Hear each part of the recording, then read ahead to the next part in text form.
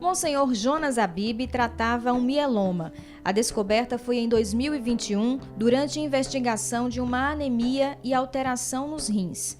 Um mal-estar o levou a ser internado em São Paulo. Foi preciso um cateterismo e a colocação de 2 stents.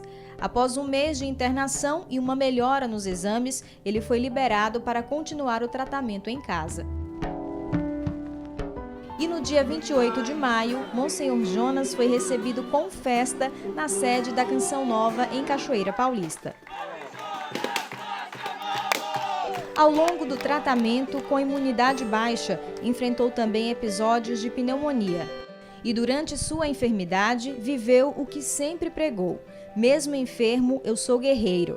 Continuou celebrando a Santa Missa e pregando de sua casa, com transmissão pela internet. Padre Jonas, lança-te para frente. Corre direto, Padre Jonas, para a meta que está no alto e que Deus quer te dar e para te chamar para Cristo Jesus. E o que sempre fez para grandes multidões de forma presencial, não hesitou em fazer com ousadia para multidões que o acompanhavam agora pela internet. Esses meus irmãos e minhas irmãs, que não tiveram, Senhor, ainda, esse encontro pessoal contigo, dá-lhes essa graça. Ao longo da vida, outras situações de saúde acometeram o fundador da comunidade Canção Nova. Após anos de entrega ao reino de Deus, Monsenhor Jonas Abib atravessou um grande desgaste físico e mental. Que acima de tudo nós somos gente, Senhor. Somos apóstolos, sim, somos apóstolos. Mas antes de ser apóstolos, nós somos gente. Ele teve um desgaste muito forte, sim, físico, como eu já falei, né? Emocional, vamos dizer, uma noite escura.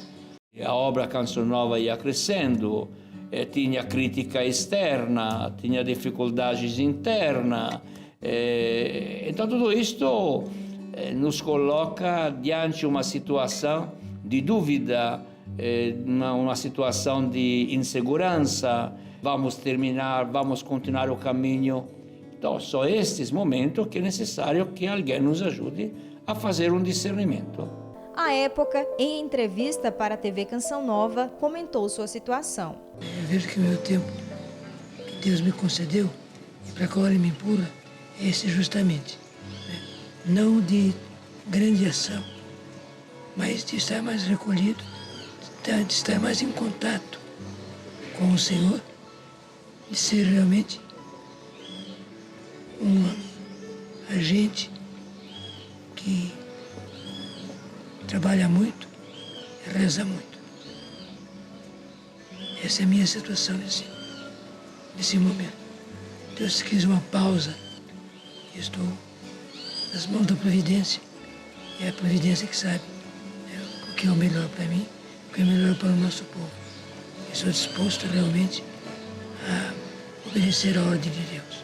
A nossa casa teve que passar por um momento de grande transformação, mas não se podia ter televisão ou rádio ou qualquer outro som dentro de casa, porque tudo isso fazia um mal muito grande. Ele não conseguia ouvir nem o som dos passarinhos.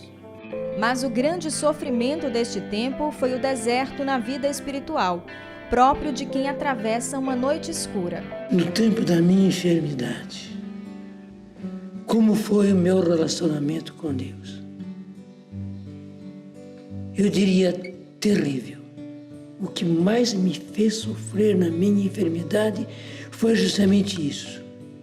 Eu era como alguém que buscava no ar, tentando pegar Deus e não conseguia.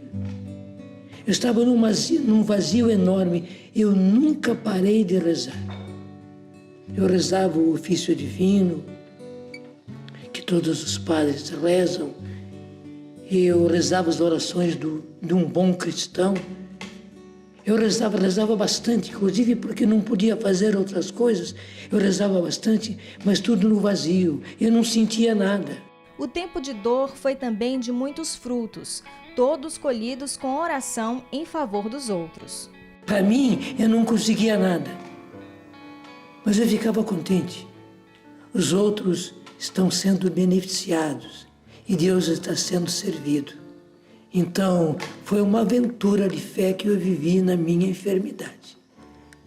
Como eu digo, foi terrível, foi duro mesmo, mas ao mesmo tempo foi muito lindo. O proveito espiritual que eu tirei dessa experiência não dá para contar. Eu não imaginava o Padre Jonas voltando a pregar. É como se ele estivesse à beira da morte, mas voltou. E no Hosana Brasil, daquele mesmo ano, pôde cantar as vitórias de Deus em sua vida. Eu quero mostrar diante de todos vocês o meu agradecimento, o meu profundo agradecimento do fundo do meu coração ao Senhor por estar completamente restabelecido. E isto é graça do Senhor. Já no início do seu ministério sacerdotal, enfrentou também a tuberculose. A doença foi resultado de tanta dedicação à missão com os jovens, em encontros realizados em Campos do Jordão, São Paulo. As confissões dos jovens eram à noite. E depois das confissões, ainda os dirigentes se reuniam para rever o dia e alinhavar o dia seguinte.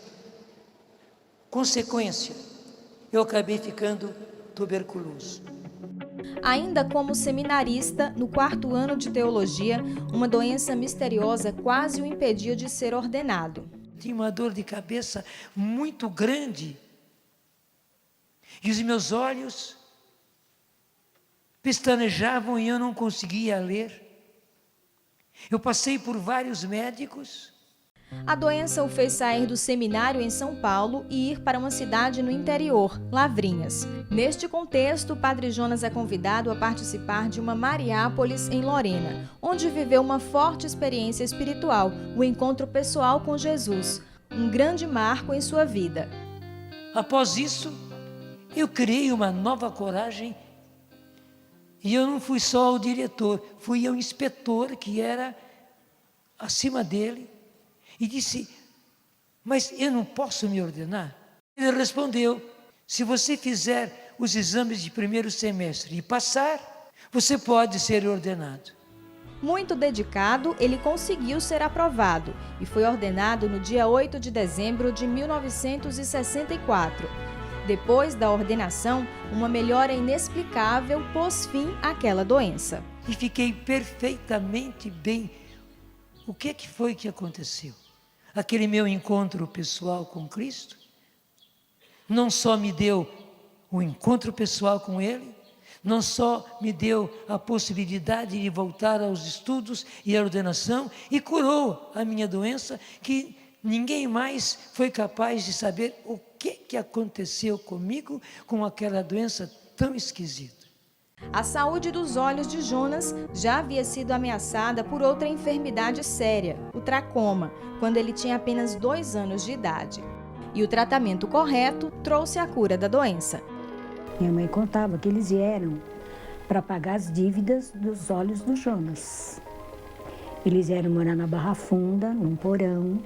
Meu pai começou a trabalhar de pedreiro. A vida do pequeno Jonas foi marcada por milagres desde o seu nascimento. Uma complicação no trabalho de parto não permitia que o bebê nascesse. A criança coroou, mas não nascia. O laudo do médico foi esse, vamos salvar a mãe, porque a criança não tem possibilidade.